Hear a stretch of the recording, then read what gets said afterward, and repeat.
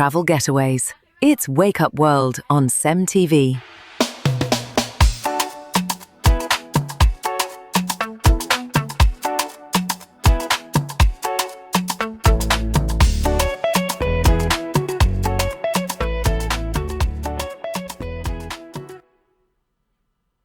Headlines, trends, weather and travel getaways. It's Wake Up World on CEMTV.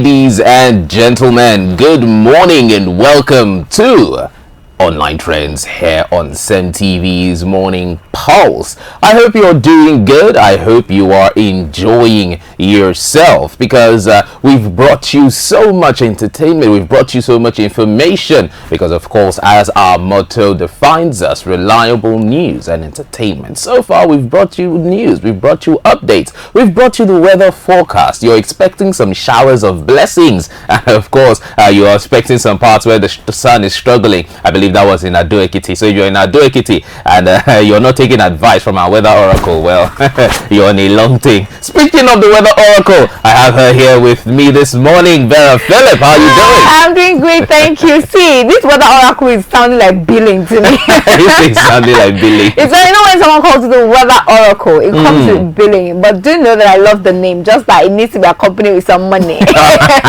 For sure, now. Oracle's in the poor. Oracle not the poor. And that's why we must do something. We must do something. Good morning, Tammy. How are you doing? I'm doing great. Yeah. Thank you very much. Nice to have you. Welcome. Awesome being here. So today we have quite the conversation making the rounds on social media. Now, it is not new, or it's not anything new that Nigerians are going through, a pinch when it comes to their earning capability, the ability to, sponsor their education, feed themselves properly, to basically live an all-round a good life. But then when you have a situation of one of your leaders responsible for bringing about this, good living condition, coming to tell you that the issue that you're going through, I don't think I see it. I don't understand it, because when I look at all the good things that are going on in Nigeria, it's hard to say that, Nigerians are going through any problems whatsoever. So now, let me ask another Nigerian that's here with me. I mean, if you're from Sierra Leone, you let us know, because me, I'm a Nigerian as well. I'm seeing everything that's going on. But then, with what is going on in Nigeria right now, when we're talking about the cost of living, we're talking about the cost of education, the cost of transportation, the uncertainty in the price of goods and services, would you say Nigerians are, in general, not going through any form of hardship? That's that. Anyone that says that is either just wicked or does not know what it is that you're saying. There are two things that Nigerians, not even Nigerians, that a human being needs more. Let's say three, that's food, security, housing, of course, and that's food, security, and housing. If you ask me, I think even the housing falls under security, because if you're not in a safe place, you can't say you're in proper housing. So food, security, and clothing. Now, of course, the government is not responsible for our clothing, but when it comes to food and security, our government is responsible for that. And those two sectors are lacking critically in Nigeria. We have already seen that how insecurity has taken a part of Nigeria. I think there was an analysis I was watching the other day and saw that insurgency, terrorism has gotten to almost 90% of Nigeria. Of course, this is not a fact that I can prove, but there are people that are going through this, and at the end of the day, they can draw conclusions from all of this. They can make their analysis from all of this, meaning that a lot of people are going through these things, the level of insecurity. And then there is food. Now, there's a point during this government that I did praise, the prices of food, or the the economy was going for small business owners. There was a time where bag of rice was now at lower prices, a cup of beans was now lower, food was a bit more affordable at the time. When 2023 it was really high. Yeah, it was relatively affordable at some point, But then you mentioned something that touched me, and I'm like, nah, I don't think I can praise them, because you said the uncertainty in the food prices, which means that it might be low today and tomorrow it might just kick up high again. Exactly. Inflation rate, I think, has reduced by about 5% or so now. However, we do not know what the next move is going to be. What happens next? Would it be any? And even if you're factoring in the reduction of the inflation, it's not as much as it had increased over time, about 35 to about 40%. 5% of that reduction does not account for the total inflation rate. It actually doesn't, you know, but then these are issues that Nigerians are facing on a daily basis. So even when we want to say, oh, the government is trying on something, we do not know the consistency of that try. We do not know how long this is going to last. You know, sometimes Naira falls today, rises tomorrow. There's just so many things that Nigerians are not certain about to the government.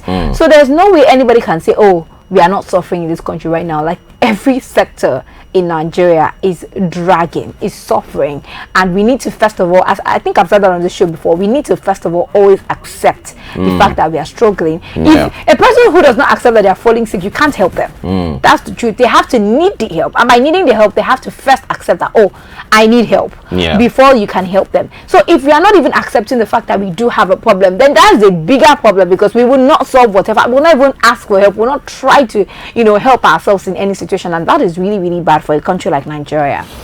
Well, when I introduced the program, I talked about how one of our leaders made that comment, and of course that is none other than the Special Advisor on Information and Strategy to the President, Bayo Nanuga. We actually have a video of you know, his comment on that, so here's that video.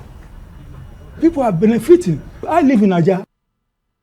Anytime I go to Lagos and I ask Google Map to tell me how soon will I get home, Google Map will tell me 1 hour 7 minutes.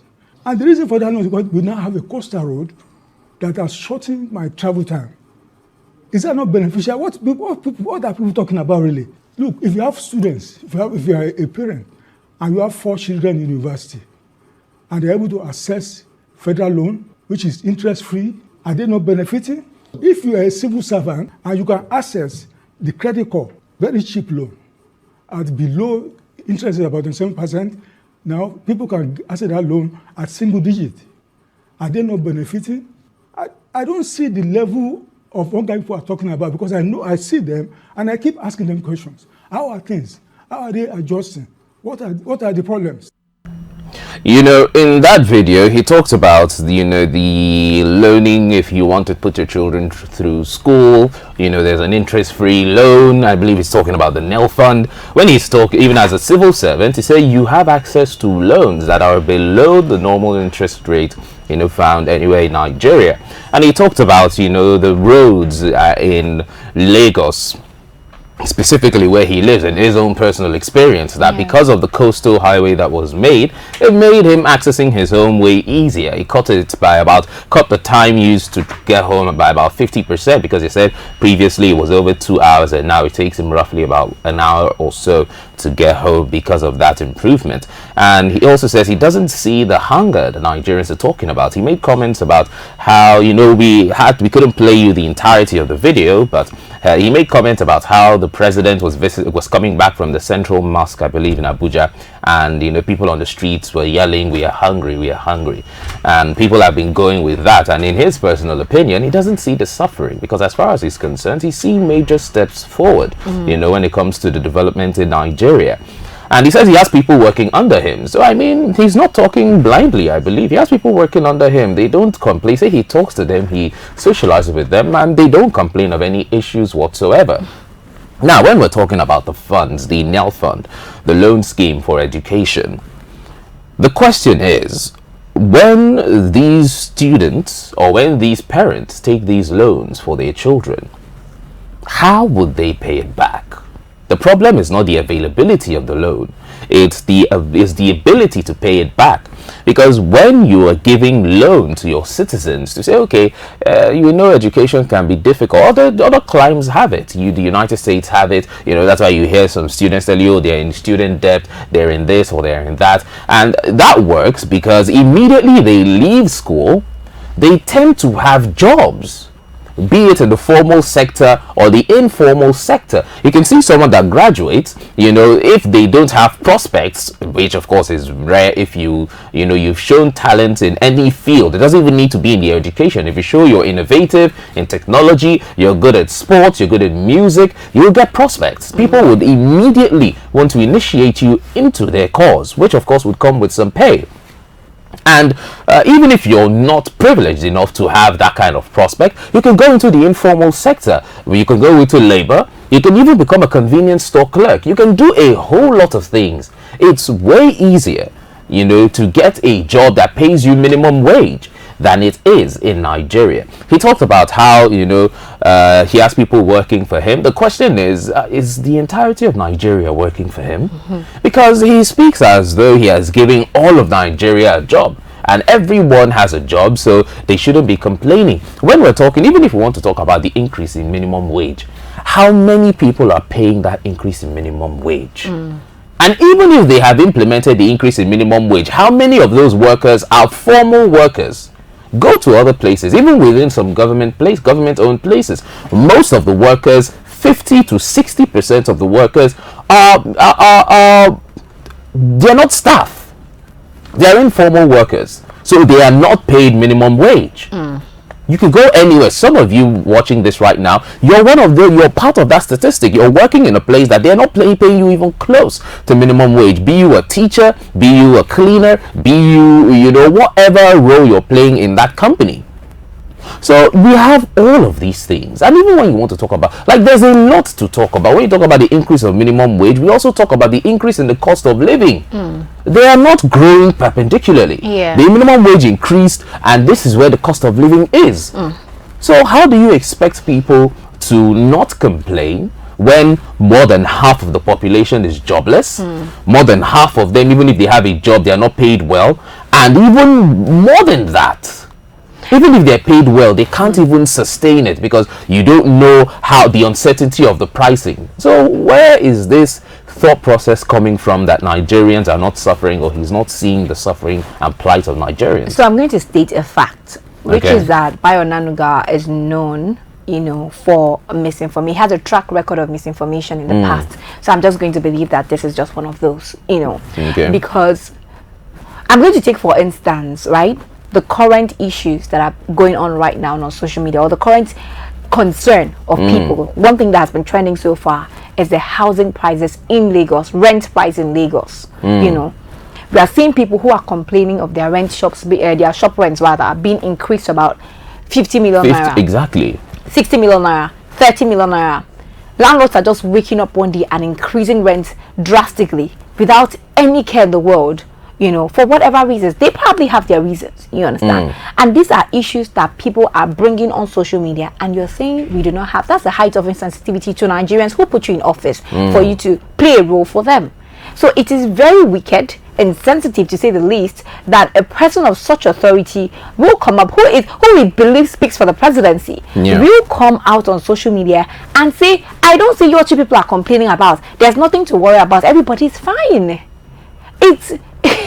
It's like saying that, oh, because we're in a family and, you know, you eat in your room, because of that you do not know, because you eat in your room, because you have a dining set in your room, you act like you do not know that there's no dining set in our own room. Like, you know, it's just because you're privileged, you think that, oh, this other person is supposed to be privileged as well. You're not coming down to the grassroots. You're saying the people you work, that the people that work for you, exactly. Even the people that work for you might not even be honest with you, because of course they are there to rub your shoulders. They are probably there for the money you're giving to them, for the favors or benefits they get from you. So they might not even tell you the truth. But let's say that is even the fact itself. Let's say that is the fact itself.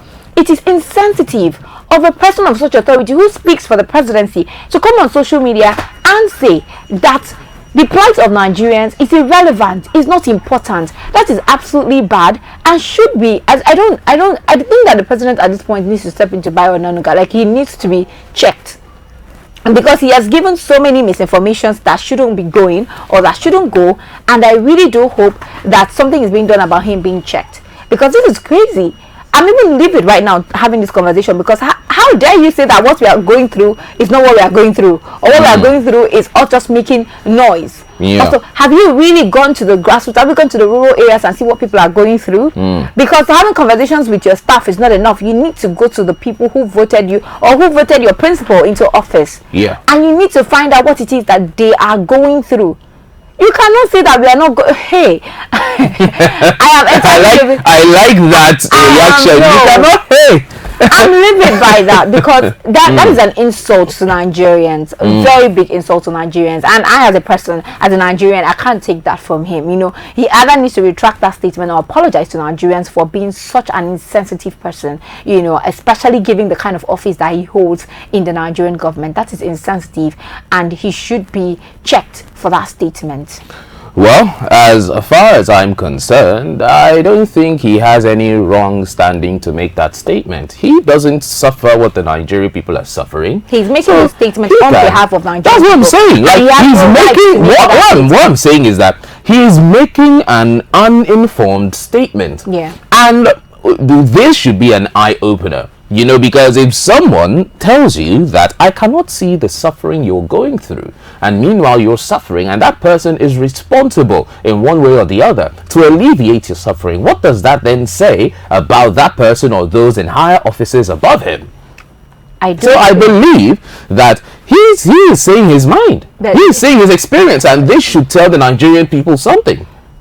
His experience that he's saying, that's my point. He should be held accountable for it. Exactly, that's my point. I'm saying this should be an eye-opener to Nigerians that they don't care about us.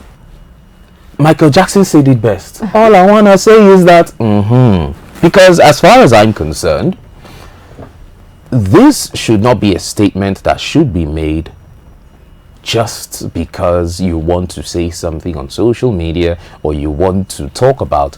You can talk about the good that the government has done without you know, trying to disprove or wash over the suffering of the people. You can say, okay, yes, the Nail Fund was introduced. However, you know, we can better still try to ensure that people will not need to take those loans. You can say, okay, the coastal highways are being made, but I believe that we can do something about security, and we will do something about insecurity, and we will do something about insecurity. Not saying that because the coastal highway is there, Nigerians aren't suffering, or because the Nail Fund is there, or civil servants can access loans, that things are easier now. You know, because there is some good, I will not deny that fact, doesn't mean that the plethora of bad that's going on is something that should be overlooked. Well, Vera, that's where we'll draw the curtain. Hopefully we'll have some feedback. I think I just want to add this. Like, Nigerians are now used to, you know, a certain level of inconsistency from the government,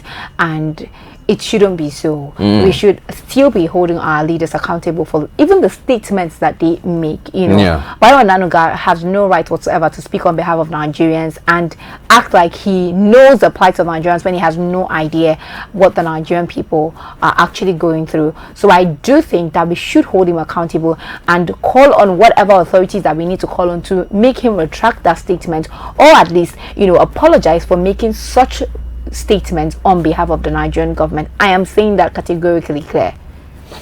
Well, ladies and gentlemen, that's the most we can take on the online trend today. Of course, I've been here with the weather oracle herself, and by tomorrow you'll definitely see us here once again. But if you're looking for something more light-hearted, just stay until 2 p.m. and we'll be here to bring you Jolly Life. Isn't that right? Very right, very right. We'll be here at 2 p.m. for Jolly Life on SEM Television. Of course, I am Vera Philip. And I am Emmanuel Tamanor Tenari, but you can call me Tammy for short. Don't go anywhere. We'll be right back on SEM Television.